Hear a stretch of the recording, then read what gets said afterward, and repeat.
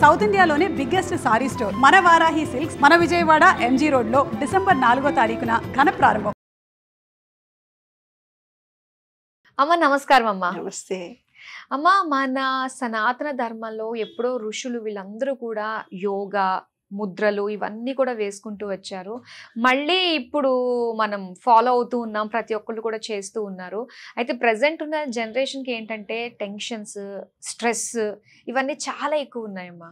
మరి వీటి నుంచి బయటపడాలంటే ఉదయం లేవంగానే మనం ఎలాంటి వ్యాయామాలు చేయాలి? దాంతోపాటు మనకి యోగా ముద్రలు కూడా ఉంటాయి కదమ్మా, దానివల్ల అది మనం చేయడం వల్ల మనకి ఎలాంటి బెనిఫిట్స్ ఉంటాయో తెలుసుకోవాలంది.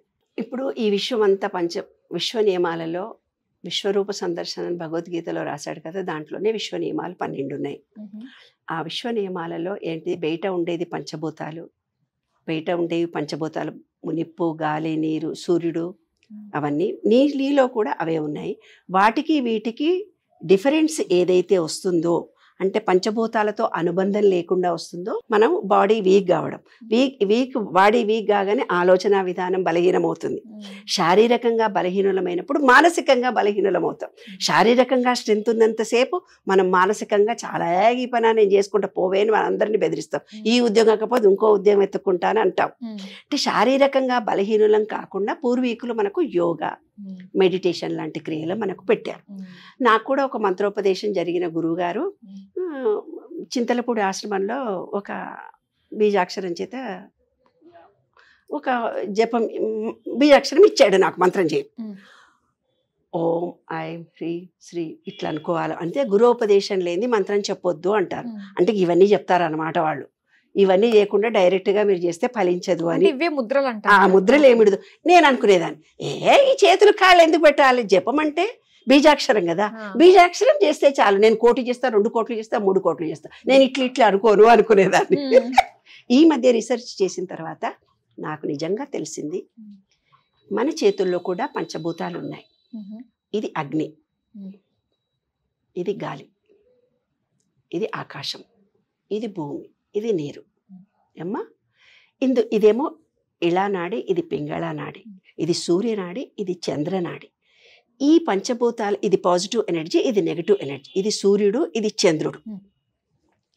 మీకు ఎవరికన్నా డైజెషన్ కెపాసిటీ, గ్యాస్ ట్రబుల్ బాగా వచ్చిందనుకోండి, ఈ ముక్కుని ఇలా మూసి, ఈ ముక్కుని ఇలా మూసి, బుటన వేలుతో మూసి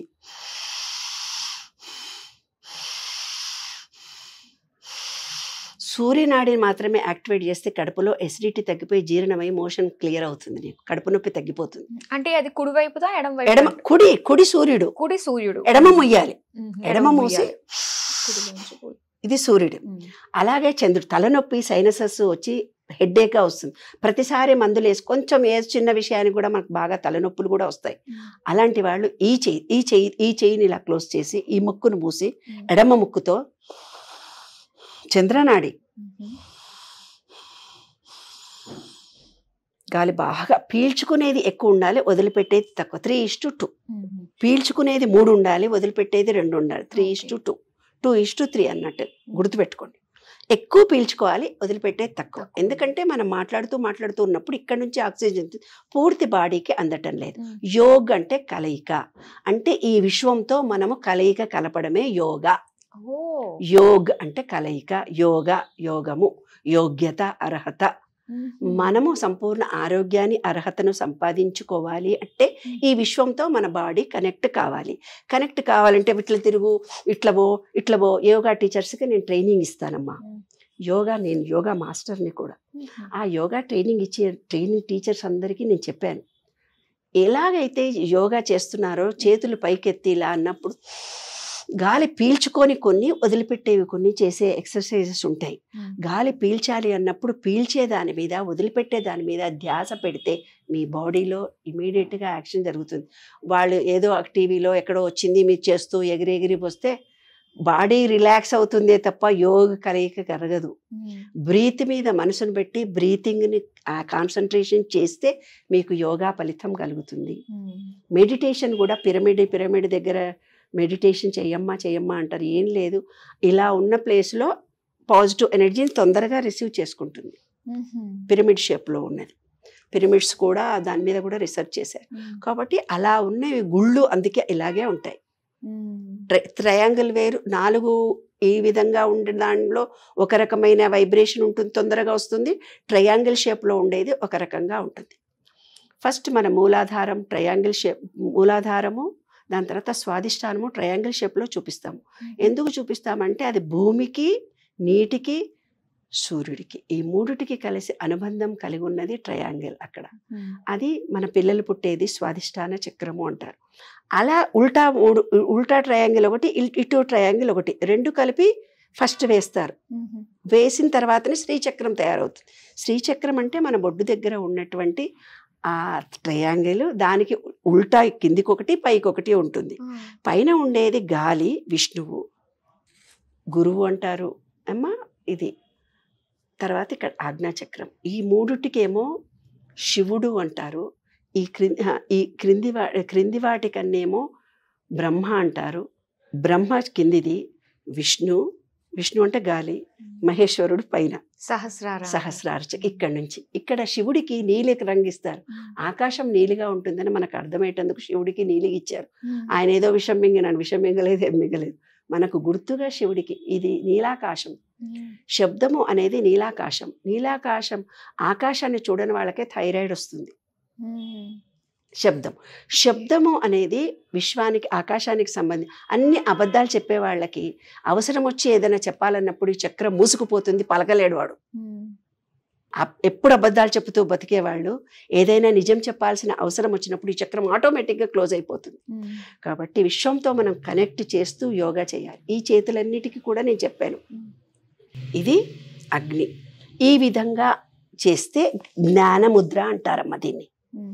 ఇప్పుడు నీవు ఏమేం క్లోజ్ చేసావు? అగ్ని, గాలి. నీ బాడీలో ఉండే బాగా వేడిని, గ్యాస్ను, రెండింటిని నువ్వు కంట్రోల్ చేయాలి కదా. ఈ రెండింటిని కంట్రోల్ చేసేందుకు ఇలా పెట్టి ఈ 3 ఓపెన్ పెట్టావు. గాలి, అగ్ని 2 క్లోజ్ అయిపోయినాయి. కాబట్టి దీనివల్ల ఇది మంచి ముద్ర అని ఎన్నో టీవీలో పేపర్లో వస్తుంది. ఇది బ్రహ్మజ్ఞాన ముద్ర అంటారనమాట. సూర్యముద్ర అంటే ఈ పైన ఉండేదాన్ని గాలిని, ఇప్పుడు ఈ భూమిని దీన్ని క్లోజ్ చేస్తే ఒక రకమైన ఫలితం. భూమిని, తర్వాత అగ్నిని, మన శరీరంలో ఉండే వేడిని, భూమిని కంట్రోల్ చేస్తే ఒక రకమైన ఫలితం. ఈ విధంగా మూస్తే ఒక ఫలితం, ఇలా కూర్చుంటే ఒక ఫలితం.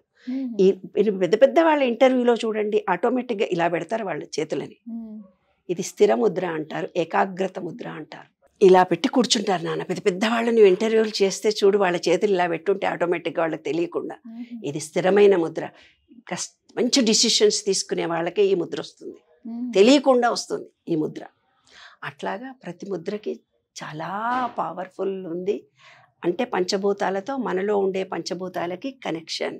ఈ విధంగా కలిపితే, ఈ విధంగా కలిపి పట్టుకుంటే, నేను చెప్పాను ఇది పాజిటివ్, ఇది నెగిటివ్ అని. పాజిటివ్ ఎలక్ట్రిసిటీ వస్తుంది. ఇట్లా అంటే మన శరీరానికి కావాల్సిన పాజిటివ్ ఎనర్జీ పూర్తిగా వస్తుంది. అంటే మనం ప్రజెంట్లో ఉంటాము. ఈ ముద్ర అలానే మనం చప్పట్లు కొట్టడం చాలా పవర్ఫుల్ ఎనర్జీ నాన్న. అది ఎంత ఎనర్జీ లెవెల్కి ఈజీగా చంటి పిల్లలతో సహా ఈజీగా మనం ఇంట్లో కూడా చేసుకునేది. ఎందుకంటే ఇందులో ఉండే పంచభూతాలు 9 కలిసి ఎనర్జీ పుడుతుంది. ఆ ఎనర్జీ బాడీ అంతా రియాక్ట్ అవుతుంది. కాబట్టి చప్పట్లు కొట్టడంలో చాలా పవర్ఫుల్ ఉంది నాన్న. ప్రతి ముద్రలో కూడా ఉంది. అయితే పూజారులు చెప్తారు కదా, ఓం ఐం హ్రీం శ్రీం క్లీం సౌహ అని మళ్ళీ చేతులు ఇట్లా అంటారు. హీం హృదయాయ నమః, హృదయాన్ని టచ్ చేశాను. హీం శిశే స్వాహ, షీం శిఖాయ వచ్, అయం కవచాయ ఉర్భోస్వ దిగ్బంధ అంటాం. అన్ని పంచభూతాలను కంట్రోల్ చేశాను. నేను పూజ చేసుకునేదాకా నా హృదయము, మనస్సు, తల ఏది కదలవు అని మనం జపం చేయాలి. అది తప్పనిసరిగా చేయాలి. నేను గురువులు ఎందుకు ఇచ్చారు, అనవసరంగా ఇచ్చారో అనుకునేదాన్ని, లేకుండా చేశాను. తర్వాత నేను రీసెర్చ్ చేసిన తర్వాత నాకు తెలిసింది, ఇట్లా అన్నం మూలంగా మనకు భూమితో ఉన్నటువంటి అనుబంధము, ఇలా అనడం వల్ల ఒక పవరు, ఇట్లా అనడం ద్వారా ఒక పవర్, ఇట్లా అనడం ద్వారా ఒక పవర్, ఇలా అనడం ద్వారా ఒక పవర్. బీజాక్షరాల చేత అంటున్నాం.